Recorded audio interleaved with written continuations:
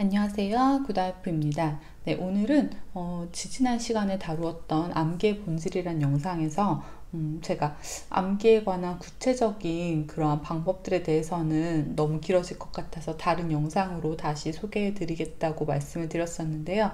네, 오늘은 그러한 좀 구체적인 방법들에는 어떠한 것들이 있는지 제가 실제로 사용을 하기도 했고 또 이미 많은 분들이 아마 알고 계실 것 같아요. 그래서 이거를 굳이 설명을 드려야 되나 싶은 생각이 들기도 하는데 그래도 아시는 분들은 한 번 더 확인하는 차원에서 또 모르시는 분들이 계시다면 이러한 방법이 도움이 될 수 있겠구나 알아가는 차원에서 네, 그렇게 오늘은 소개해 드려 볼까 합니다. 우선 가장 첫 번째로 제 영상을 보시는 분들 중에는 아무래도 이제 법학이 시험 과목으로 포함되어 있어서 제 영상을 찾아보시는 경우가 많으실 것 같아요. 그렇기 때문에 법학 과목 같은 경우에는 이제 판례 암기가 굉장히 좀 많은 편이잖아요. 그런데 그러한 판례를 암기하는 데 있어서는 제가 이전에 단거나 튜토리얼이라는 영상을 통해서 설명을 해드렸지만 단락을 나누어 가지고 그리고 번호를 붙여 가지고 그 단락별로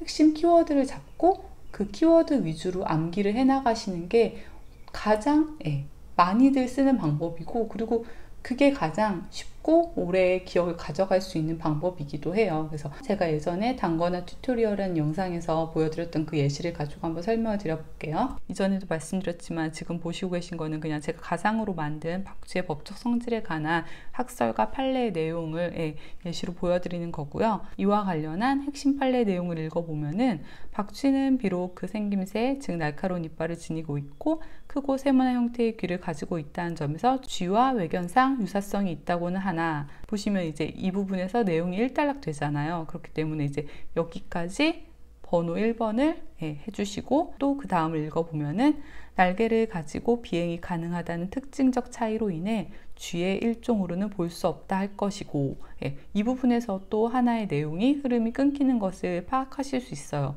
이 부분은 이제 쥐의 일종으로 볼 수는 없다라고 표현을 했지만 어떻게 보면은 새와 유사성을 갖는 부분 그 내용에 대한 설명이라고 볼 수 있을 것 같아요. 그래서 이 부분의 두 번째 번호 2번이라고 번호를 표시해 주시면 되고 그 다음 내용을 읽어보면 알이 아닌 새끼를 낳는다는 점에 비추어 새의 일종으로 보기도 어렵다 할 것이다. 이렇게 또 내용이 마지막 한 단락이 끊기는 것을 확인하실 수 있잖아요. 그래서 법학을 공부하실 때 이러한 판례 내용을 암기해야 될 경우에 이거를 그냥 전체 줄글을 외우겠다라고 생각을 하시면은 굉장히 머리 넣기가 어려워요. 그렇기 때문에 단락별로 흐름이 끊기는 부분에 꼭 이렇게 번호를 붙여주시고 그리고 그 각 단락별로 핵심이 되는 핵심 키워드를 잡아주시는 거죠.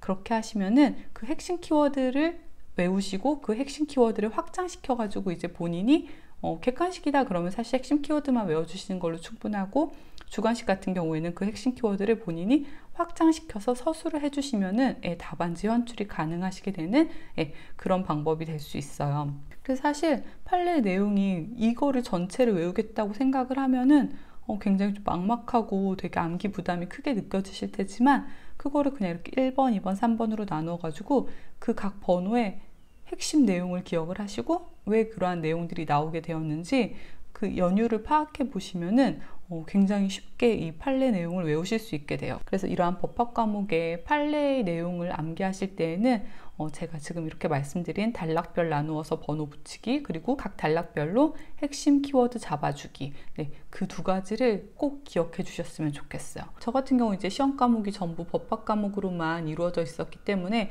법학 과목의 암기를 하는 데 있어서는 두 문자 따기가 나름 유용하게 잘 활용을 했었거든요. 근데 다른 과목에서도 그렇게 두 문자 따기를 많이 활용하고 있는지는 잘 모르겠는데 두 문자가 유용한 경우들이 있어요. 특히 객관식 같이 빠른 시간에 이제 답을 빨리빨리 캐치해내야 되는 경우에는 두 문자가 굉장히 좀 유용하게 쓰일 수 있는 측면이 있거든요. 그래서 제가 지금까지 기억하는 두 문자를 떠올려 보면은 1인의 채무자에게 이제 생긴 사정이 이제 뭐 절대효를 미치느냐, 뭐 상대적 효력을 미치느냐, 이제 이걸 나눠서 이제 외워야 되는 그러한 부분이 있어요, 민법에서. 근데 이제 그게 굉장히 좀 객관식 문제로도 자주 출제되고 하는 부분이거든요. 근데 이제 절대적 효력을 미치는 사정으로 이경상 면동소. 변제 같은 경우 이제 당연하기 때문에 이제 변제를 제외한 이제 이행청구, 경계, 상계, 그리고 면제, 혼동, 소멸시효. 물론 이제 처음 공부를 할 때에는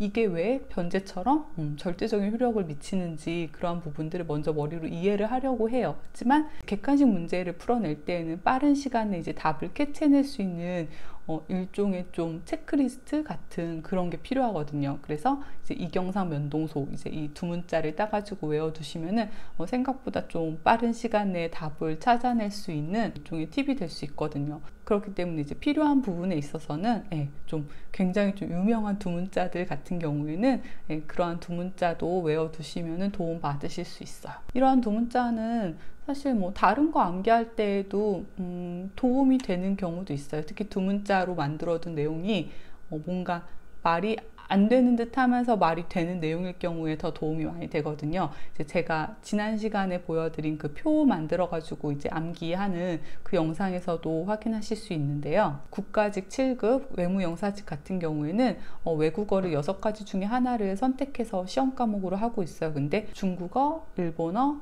불어, 러시아어, 독일어, 서바나어는 스페인어를 말하거든요. 이렇게 6가지 중에 하나를 선택하도록 되어 있는데 지금 이거는 제가 머릿속에서 나온 거예요.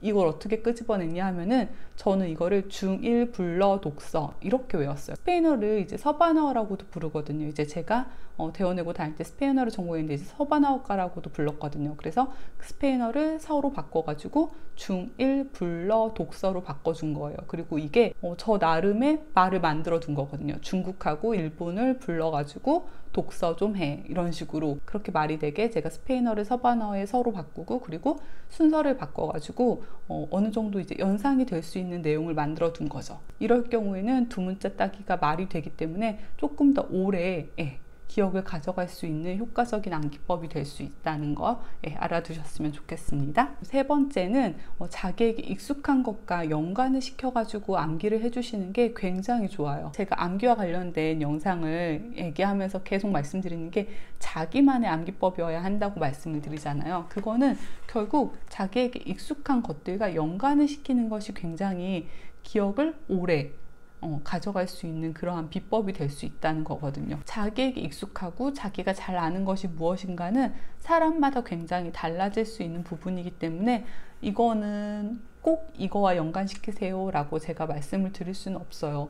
예를 들면은 여러분이 새로운 길을 찾아간다고 해볼게요. 근데 여러분들이 이제 A 장소부터 B 장소까지 이르는 길을 이제 외워야 하는 거예요. 근데 예를 들어 나는 편의점 가는 걸 굉장히 좋아해. 그러면은 아마 그러한 분은 편의점과 연관시켜가지고 이거 어느 편의점 지나가지고 우회전 해가지고 어느 편의점 지나가지고 좌회전 하면은 거기 도착할 수 있어 이렇게 외우시는 분들도 계실 테고 또 어떤 분 같은 경우는 굉장히 좀 커피 마시는 것을 즐겨 하시는 분이라서 그분 같은 경우에는 뭐 A 커피숍을 지나가지고 몇 미터 직진해가지고 우회전 한 다음에 무슨 커피숍이 보이면 길 건너편에 거기가 있어 이런 식으로 아마 외우실 수도 있을 거예요. 결국 자기가 좀 익숙하고 잘 아는 것과 연관을 시켜가지고 암기를 하시면은 그 기억이 훨씬 오래 장기 기억으로 넘어갈 수 있다는 거죠. 여러분들이 예를 들어서 어떠한 뭐 시행령 이런 거를 외우는데 벌금 액수를 이제 외우셔야 하잖아요. 근데 그 벌금 액수를 외우실 때 뭔가 자기에게 익숙한 금액과 연관을 시키는 거죠. 뭐 예를 들어서 뭐 50만 원이다 그러면은 이거 뭐 내 한 달치 방세네. 그리고 뭐 예를 들어서 뭐 15만 원 그러면은 이거 뭐 한 달치 내 독서실비네. 뭐 이런 식으로 그냥 자기에게 익숙한 어떠한 숫자들 그런 것과 이제 연관을 시키면은 그것을 떠올렸던 과정 때문에도 더 오래 기억에 남고 그리고 나중에 기억을 떠올리실 때도 이거 그때 내가 무슨 생각을 했었지? 그러한 과정을 통해서 더 쉽게 그 암기한 내용을 불러올 수 있다는 거죠. 그리고 네 번째는 역시 숫자와 관련된 부분인데요. 한국사 같은 거 공부하실 때 아마 연도 외우느라 되게 고생하시는 분들 많으실 거예요. 저도 이제 헌법, 헌정사 공부할 당시에 그 연도 외우는 게 굉장히 좀 스트레스 받고 그러더라고요. 근데 그러한 연도 같은 거 외울 때 그거를 그냥 숫자로 외우려고 하면은 아마 굉장히 좀 헷갈리고 기억에 오래 남지 않을 거예요. 근데 그 숫자들을 좀 말로 바꿔가지고 풀어가지고 외우시면은 좀 더 도움을 받으실 수 있어요. 제가 굉장히 어렸을 때 10살 때였는데 이제 제주도 여행을 갔는데 그때 한 번 들은 내용을 지금까지 기억하는 게 있어요. 그게 뭐냐면 한라산 높이가 몇 미터인지 아시냐고 그렇게 가이드분께서 먼저 질문을 하셨어요. 그래서 몇 미터일까 궁금하잖아요. 근데 갑자기 그분이 한라산에 한 번 구경 오십시오 그러는 거예요. 그래서 이게 뭔 말이지? 그런데 한라산 높이가 1950m인 거예요. 그래서 한 번 1, 구경 9, 오십시오 50. 그래서 1950m가 한라산 높이입니다. 이렇게 설명을 해주시니까 몇십 년이 지난 지금까지도 그건 절대로 잊어버리지 않더라고요. 그리고 하나 더 예를 들어보자면 3.1운동이 일어난 해가 1919년이잖아요. 근데 그거를 그냥 아이고 아이고 사람들이 만세를 부르면서 아이고 아이고 했다라고 해서 1919라고 외웠다고 하더라고요. 그래서 숫자를 외우실 땐 이런 식으로 좀 연관되는 알파벳이나 이제 비슷한 말들을 이용해 가지고 외우기 쉽게 그렇게 연상을 해보시면은 좀 더 잘 외우실 수 있을 것 같아요. 그리고 마지막 5번째는 때로는 그냥 입에 줄줄줄 붙도록 외우는 게 더 도움이 될 때도 있어요. 예를 들어서 저 같은 경우 그렇게 외운 게 생각나는 게 중학교 때 생물 시간에 배웠던 계문, 강목, 과속종, 반대로는 종속, 과목, 강문계. 이거는 그냥 생물 선생님이 그 순서를 앞으로 뒤로 이렇게 달달달 외우게 계속 시키셨어요. 근데 그게 그냥 그렇게 입에 붙더라고요. 사실 이거는 뭐 이해하려고 해도 이해할 수 있는 그런 이름들이 아니잖아요. 그래서 때로는 그냥 달달달 입에 붙도록 그렇게 암기하는 게 도움이 될 때도 있다는 겁니다. 그리고 또 한 가지 예를 들어보자면 제가 이제 초등학교 다닐 때쯤에 저희 엄마께서 조선시대 왕 순서를 다 알고 계시다고 하시면서 줄줄줄 외우시는 거예요. 근데 너무 신기하잖아요. 그래서 그냥 엄마한테 그때 그냥 그거를 배워가지고 저도 그냥 입에 달달달달 붙여가지고 외웠었거든요. 태적, 태세, 문단세, 예성, 연중, 인명선, 광인, 효연, 숙경영, 전순, 정순, 헌철, 고순. 이렇게 해가지고 조선시대 왕 이름 같은 경우는 이걸 무슨 수로 이해를 통해서 외우겠어요. 그쵸? 물론 이제 뭐 영조 다음에 이제 사도세자는 죽어가지고 이제 아들이 오르지 못하고 뭐 대신 손자인 정조가 이제 올랐다 뭐 이런 식으로 이제 그런 좀 유명한 이제 왕 이름 같은 경우에는 그 순서를 어느 정도 외울 수 있겠지만 전체적인 그냥 순서 같은 것을 외울 때는 조금 운율감 있게 그렇게 입에 붙여가지고 달달달 외우는 게 더 도움이 될 수도 있다는 겁니다. 제가 오늘 좀 자주 사용했고 그리고 활용될 수 있는 그러한 구체적인 암기 방법들 위주로 좀 설명을 드렸는데요. 그 외에도 굉장히 많은 암기 방법들이 있을 수 있어요. 그거는 사실 본인이 이제 어떠한 것을 암기하고자 하려는 마음이 있을 때 자기에게 익숙한 그리고 자기가 이전에 공부한 내용들과 계속 연관을 시켜가지고 고민을 해보고 그러한 과정들을 통해서 사실 그렇게 고민하는 시간 투자를 함으로 인해서 암기가 되는 측면도 있고 실제로 그렇게 고민을 해서 암기를 해두시면은 설령 좀 까먹었다 할지라도 나중에 봤을 때 훨씬 쉽게 기억을 떠올릴 수 있으니까 제가 오늘 알려드린 이러한 방법들이 조금이나마 좀 여러분들이 암기하시는데 도움이 됐으면 하는 바람입니다. 네, 오늘 영상 그럼 여기서 마치도록 할게요. 오늘 영상 마음에 드셨으면 좋아요 부탁드리고요. 구독도 함께 부탁드리겠습니다. 감사합니다.